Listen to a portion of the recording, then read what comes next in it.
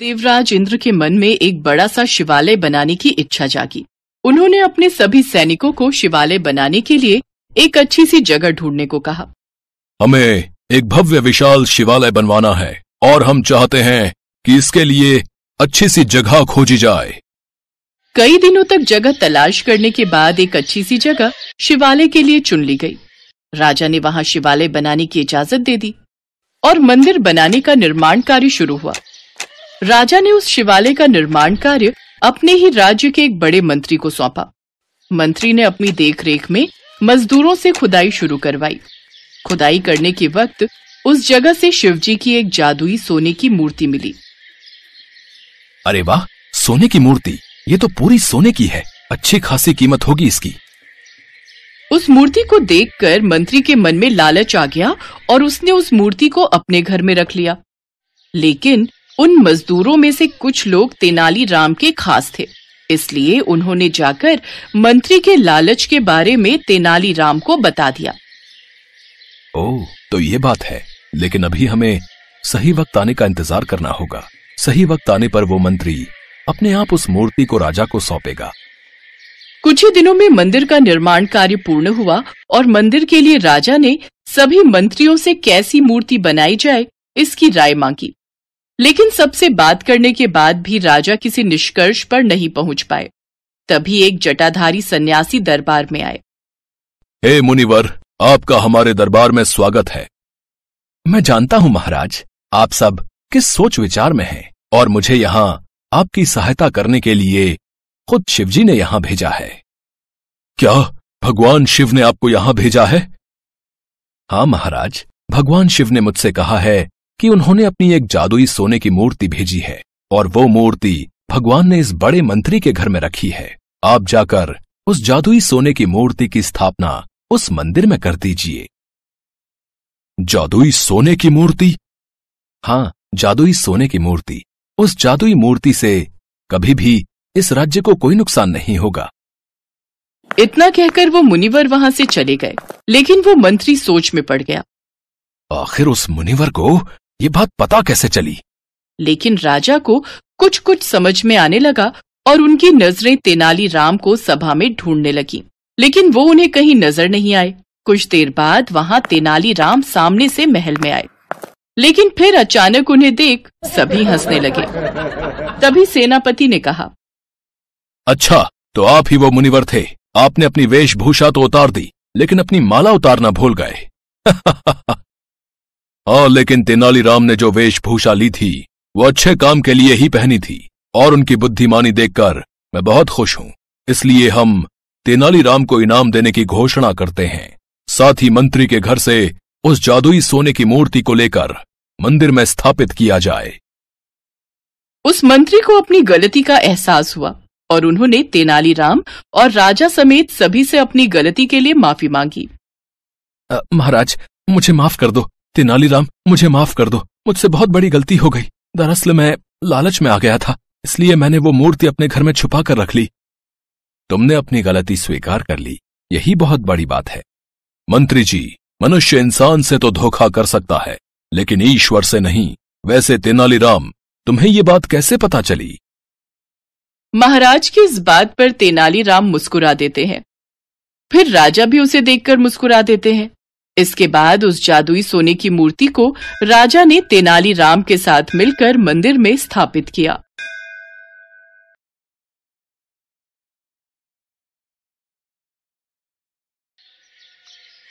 भोला अपनी पत्नी और 2 बच्चों के साथ हरिपुर गांव में रहता था। वो गांव के साहूकार के पास मजदूरी करता था। भोला ने अपनी बहन की शादी के लिए साहूकार से कर्ज लिया था, जिसका भुगतान वो साहूकार को कई वर्षों से कर रहा था। भोला भगवान शंकर की बहुत पूजा करता था। ऐसे ही एक दिन मंदिर में शिवरात्रि का भव्य आयोजन था। वो पत्नी और बच्चों के साथ मंदिर पहुंचा, पर साहूकार भी वहाँ मौजूद था। मंदिर में दर्शन करने के लिए पुण्य करने पड़ते हैं। तो जैसे कंगाल के पास ऐसा क्या है भगवान शंकर को देने के लिए? बता, कोई दान दक्षिणा या कोई चढ़ावा? भोला उदास मन से पत्नी और बच्चों को लेकर वापस घर की ओर चल पड़ता है। तभी कुछ खाने को दे दो, बड़े जोरों की भूख लगी है। भैया, ये आटे का हलवा है, अगर ये खाओ तो। हाँ हाँ, मुझे आटे का हलवा दे दो। भूख में तो प्रसाद और भी स्वादिष्ट लगता है। क्या नाम है तुम्हारा? मेरा नाम शिवा है। मैं काम की तलाश में हूँ। क्या आप मुझे कोई काम दे सकते हो? मैं कुछ भी कर लूंगा। पर मैं तो खुद एक गरीब मजदूर हूँ। गांव के साहूकार के पास मजदूरी करता हूँ। मैं तुम्हें भला क्या काम दूंगा? भैया, मुझे कोई भी काम दे दो। बदले में मुझे पैसे नहीं, बस रहने की जगह दे देना। भोला शिवा की मजबूरी देख हाँ कह देता है। अगले दिन से शिवा वहीं रहने लगता है और घर के काम में मदद करता था। एक दिन भोला अपनी पत्नी माला से बोला, माला, शिवा हमारे लिए इतना सब कुछ क्यों कर रहा है? बच्चों के लिए भी ये इतना दूध, फल, सब्जी सब ले आता है, पर कब तक हम इससे बिना पैसे दिए काम करवाते रहेंगे?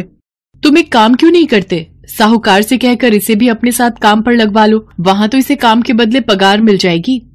भोला को माला की बात सही लगी। वो शिवा को लेकर साहूकार के पास जाता है और काम दिलवा देता है। शिवा भोला के साथ अब खेतों पर भी काम करने जाने लगा। साहूकार शिवा को जो भी पगार देता वो पैसे शिवा भोला को जोड़ने के लिए रखवा देता था। भोला कई बार शिवा से कहता कि वो अपने पैसे वापस ले ले, परंतु शिवा उसे कहता कि जब वक्त आएगा ये पैसे तभी काम आएंगे। एक दिन साहूकार भोला और शिवा को किसी काम से दूसरे गाँव भेजता है। रास्ते में रात हो जाती है। जंगल का रास्ता था। तभी एक शेर के दहाड़ने की आवाज आती है। भोला घबरा जाता है। भोला भैया, आप तो भगवान शंकर के परम भक्त हो, तो डर कैसा? और जब भक्त मुसीबत में हो तो भगवान को भी सहायता के लिए आना ही पड़ता है। आप उस पेड़ के ऊपर चढ़कर बैठ जाओ, बाकी सब मैं देख लूंगा। शिवा, मैं तुम्हें अकेला छोड़कर कैसे पेड़ पर चढ़कर बैठ जाऊं? ये भी तो सही बात नहीं है। भोला भैया, आप निश्चिंत रहो, मुझे कुछ नहीं होगा। भोला जैसे ही पेड़ पर चढ़ने के लिए मुड़ता है, वो देखता है कि शेर उसके सामने खड़ा है। भोला शेर को अपने सामने देख डर जाता है और आंखें बंद करके ओम नमः शिवाय का जाप करने लगता है। शिवा भोला के आगे आ जाता है। शेर शिवा को थोड़ी देर तक देखता रहता है और बिना कुछ कहे जंगल की ओर चला जाता है। भोला और शिवा दोनों घर आ जाते हैं। भोला पूरी रात उस घटना को याद करता रहता है। अगली सुबह जब वो सोकर उठता है तो शिवा घर पर नहीं था। भोला आसपास में पूछता है, पर शिवा का कहीं भी पता नहीं था। वो साहूकार से जाकर पूछता है। वो तो सुबह ही मेरे पास आया और मेरे से बोला कि अमरनाथ यात्रा पर निकलना है, इसलिए वो अपना हिसाब कर गया। भोला घर आता है और सारी बात माला को बताता है। माला भी सुनकर बहुत हैरान होती है कि अचानक बिना बताए शिवा अमरनाथ की इतनी लंबी यात्रा पर कैसे निकल गया। भोला को कुछ समझ नहीं आ रहा था। उसी रात को सपने में भगवान शंकर भोला को दिखाई देते हैं। भोला, उठो, तुमने मुझे पहचाना नहीं? मैं ही तुम्हारा शिवा हूँ, जिसके बारे में तुम चिंता कर रहे हो। भगवान शंकर, आप ही शिवा हो? मैंने आपको पहचाना नहीं। ये कैसी भूल हो गई महादेव, मुझे माफ कर दीजिए। मैंने आपकी सेवा नहीं की बल्कि आपसे सेवा करवाई। आप मुझे छोड़कर क्यों चले गए प्रभु? हे महादेव, लौट आओ मेरे पास। भोला, अब तुम मेरे पास अमरनाथ यात्रा करके आओगे। मैं अमरनाथ में ही तुम्हें अपने दर्शन दूंगा। इतना कहकर भगवान भोलेनाथ अंतर्ध्यान हो गए। अगले दिन भोला ने सारी बात माला को बताई, पर भोला इसी चिंता में था कि अमरनाथ की यात्रा के लिए उसके पास पैसे कहाँ से आएंगे। तभी माला उससे बोली, सुनो, आपको याद है ना, शिवा हमारे पास पैसे जोड़ता था। इसका मतलब महादेव ने स्वयं हमारी अमरनाथ यात्रा की व्यवस्था कर दी। आपकी जय हो बाबा बर्फानी। जय भोला भंडारी, आपकी जय हो। माला, हमारे शिव शंकर ने हमें अपने धाम बुलाया है, अमरनाथ बुलाया है। भोला उन रुपयों से अपनी अमरनाथ यात्रा पर जाने की तैयारी करता है और साहूकार के पास कुछ दिन की छुट्टी मांगने जाता है। छुट्टी तो तू ले ले, वो तो तेरे पैसे मैं उतने दिन के काट ही लूंगा। पर ये बता, तू अमरनाथ की यात्रा के बारे में जानता भी है? पता है कितनी दूर है अमरनाथ धाम? पैसा, कपड़ा, खाना पीना, पूरे परिवार के साथ तू कैसे अमरनाथ की यात्रा कर पाएगा? बहुत कुछ देखना पड़ता है। वहाँ पर पूरा पंजीकरण होता है। पूरी तरह से स्वस्थ मनुष्य ही अमरनाथ की यात्रा कर सकता है, नहीं तो रास्ते में ही रोक देते हैं। और तू ठहरा एक गरीब कमजोर, 2-2 दिन तो तू रोटी नहीं खाता। रास्ते में ही गिरकर बेहोश हो गया तो वापस भेज देंगे। देख, मैं भी अमरनाथ जा रहा हूँ अपने परिवार के साथ। देख लियो, मैं अमरनाथ की पूरी यात्रा करके ही वापस आऊंगा। भोला अपने परिवार के साथ अमरनाथ की यात्रा के लिए निकल पड़ता है। उधर साहूकार को भी अपने परिवार को लेकर अमरनाथ की यात्रा के लिए जम्मू निकलना था, पर किस्मत को शायद कुछ और ही मंजूर था। 75 वर्ष से ज्यादा उम्र होने की वजह से साहूकार के पंजीकरण को स्थगित कर दिया गया। साहूकार ने मन में सोचा, भगवान शंकर ने शायद मुझे सबक दिया है कि उनकी यात्रा के लिए कोई गरीब या अमीर नहीं होता। वो जिस पर कृपा करते हैं वही उनके दर्शन कर पाता है। शायद भोला उनका मेरे से भी ज्यादा बड़ा सेवक है, इसलिए उसे अमरनाथ यात्रा पर जाने का शुभ अवसर प्राप्त हुआ। मैं ये क्यों नहीं समझ पाया कि भगवान तो प्रेम के भूखे हैं। उन्हें धन दौलत बड़े बड़े पकवानों से कोई मतलब नहीं। उन्हें कोई एक सूखी रोटी भी खिला दे तो उसमें भी प्रसन्न हो जाते हैं। शिव शंकर मुझे माफ कर दो, मैंने उस गरीब मजदूर की गरीबी का हमेशा फायदा उठाया। बस एक बार भोला यात्रा से वापस आ जाए फिर मैं खुद उससे माफी मांगूंगा। भोला माला और बच्चों के साथ पहलगाम पहुंचता है। वहां से वो पैदल ही यात्रा शुरू करता है। जय बम भोले का जाप करता हुआ वो आगे बढ़ता रहता है। चलते चलते बच्चों को भूख लगती है। रुको तुम लोग, यहाँ इस पत्थर पर बैठो, मैं किसी से पूछता हूँ। सुनिए भैया जी, यहाँ खाने के लिए कोई सुविधा मिल जाएगी? अरे भाई, ये अमरनाथ श्रद्धालुओं के लिए लंगर कमेटियाँ जी जान से पलखें बिछाकर उनका सत्कार करती हैं। खाने पीने से लेकर सोने तक की सुविधा उपलब्ध करवाई जाती है अमरनाथ यात्रा के लिए। आओ, मैं तुम्हें वहाँ का रास्ता बताता हूँ।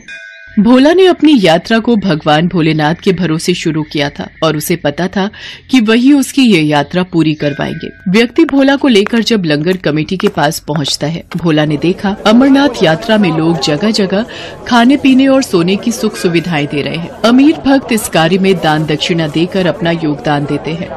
सुबह के समय लंगर कमेटियां श्रद्धालुओं की भूख और प्यास को बुझाती हैं और रात होते ही लंगर स्थल धर्मशाला में तब्दील हो जाते हैं। श्रद्धालुओं को बिस्तर और सर्दी से बचने के लिए बुखारी भी मुहैया करवाई जाती है। अमरनाथ यात्रा के लिए उन्हें 5 पड़ाव पार करने थे। पहला पड़ाव पहलगाम उन्होंने पार कर लिया था। बापू, अभी हमें कितनी और यात्रा करनी है? अभी कितनी दूर है अमरनाथ की गुफा? नमन, पहला पड़ाव पहलगाम में अभी हम हैं। अभी हमें चंदनबाड़ी, शेषनाग, पंचतरणी पार करना है। उसके बाद 5वां पड़ाव अमरनाथ की गुफा है, जहां बाबा बर्फानी भोलेनाथ के शिवलिंग के दर्शन होंगे। मतलब अमरनाथ की यात्रा के रास्ते में 5 पड़ाव आते हैं? हाँ छाया बिटिया, पर भोले बाबा का नाम लेते जाओ तो ये रास्ता आराम से कट जाता है और ये 5 पड़ाव भी पार हो जाता है। रास्ते भर अलग अलग पड़ावों पर रुकते हुए आखिर भोला और उसका परिवार अमरनाथ की गुफा पर पहुंचता है। पूरा परिवार इतने सुंदर दृश्य को देखकर खुशी से झूम उठता है। तुम्हें पता है माला, अमरनाथ को तीर्थों का तीर्थ कहा जाता है क्योंकि यहीं पर भगवान शिव ने माँ पार्वती को अमरत्व का रहस्य बताया था। बापू, वो देखो कबूतर। तुम्हें पता है छाया, ये कबूतर का जोड़ा बहुत ही किस्मत वालों को दिखाई देता है, जैसे तुमने देखा। सब मिलकर अमरनाथ बर्फानी शिवलिंग के दर्शन करते हैं। भोला हमेशा याद बनकर रहने वाली अनमोल दृश्यों वाली अमरनाथ यात्रा करके खुशी खुशी गांव वापस आ जाता है। साहूकार भोला से अपनी गलतियों के लिए माफी मांगता है और उसे अच्छी पगार देने लगता है। दिल से भगवान शंकर के आशीर्वाद से भोला की जिंदगी में खुशियां आ जाती हैं।